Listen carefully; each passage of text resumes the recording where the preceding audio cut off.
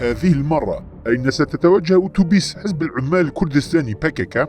في 27 شباط قال زعيم باكاكا عبد الله أوجلان على باكاكا أن يفسخ نفسه وأتحمل المسؤولية التاريخية عن هذه الدعوة. وجاءت التلبية من باكاكا معلنا تبني دعوة أوجلان والانصياع له، لكنه في نفس الوقت أراد تسويف العملية وتأخيرها وتمديدها والبحث عن سبل أخرى خلال هذه الفترة، لكنه اضطر في النهاية إلى عقد مؤتمره تحت وطأة الضغوطات، وسيعلن الحزب قريبا عن إلقاء أسلحته. المثير للاهتمام هو أنه لا أحد مستاء كئيب على حل باكاكا وفسخه، سواء الكرد المنتقدين للحزب أو الداعمين الموالين له لم يكونوا مستائين من هذا القرار. أراد باكاكا عقد مؤتمر كبير في مدينة بإقليم كردستان كاستعراض له، لكن الدولة التركية رفضت هذا ولم تقبل أن يقوم باكاكا باستعراض على غرار 19 تشرين الأول عام 2009، ذلك التاريخ الذي توجه فيه الجريلا إلى تركيا. باكاكا الذي تأسس في 27 تشرين الثاني عام 78 تم فسخه في 8 أيار عام 25، وتم إغلاق ملف باكاكا الذي استمر طيلة 52 عاما. عام 78 سار باكاكا بأوتوبيس زاعمين أن حافلتهم هذه تتوجه نحو كردستان موحدة مستقلة، فصعد الكرد هذه الحافلة من أجل الاستقلال، ضحوا بأرواحهم ودمائهم وحياتهم، ضحت عوائل الكرد بأطفالها وأبنائها ومستقبلهم.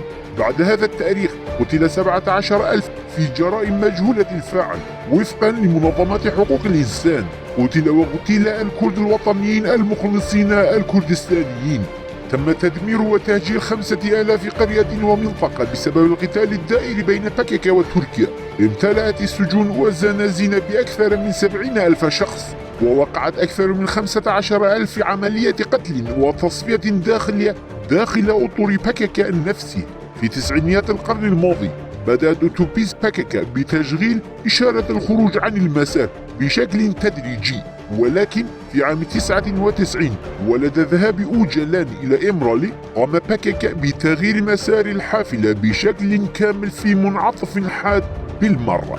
وقال أوجلان بأن المطالبة بالدولة رجعية وتخلف ولعبة إمبريالية، وأن مصطفى كمال أتاتورك أسس جمهورية للكرد والأتراك معا، وأصبحت الحافلة السائرة نحو استقلال كردستان تنحرف عن مسارها نحو أنقرة من أجل دمقراطية تركيا والتتريك. هذه المرة استأنف باكاكا القتال في الأول من حزيران عام 2004، ولكن من أجل دمقراطية تركيا هذه المرة ضحى بأكثر من 10,000 شاب وشابة كردية من أجل تركيا هذه المرة، مما يعني أن باكاكا قدم 5 أجيال كردية قرابين في حربه.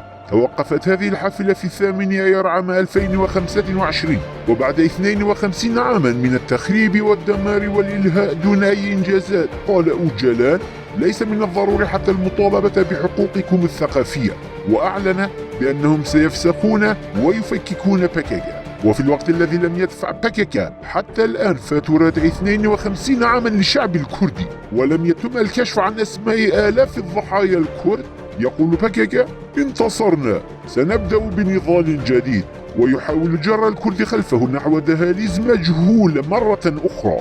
لكن يجب على الكرد أن يقول لهذه الحافلة كفى، توقفي، ويجب إرسال هذه الحافلة ونقلها إلى مقابر السيارات. أفضل عمل قام به باكاكا خلال هذه 52 عاما هو فسخ نفسه.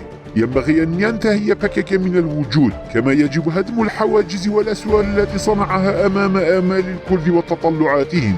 كما يجب على الكرد إنقاذ أنفسهم وتخليصها من هذه المصيدة التي صنعتها الدولة تركيا لافتراس مصيدهم بها، أي حزب العمال الكردستاني باكاكا.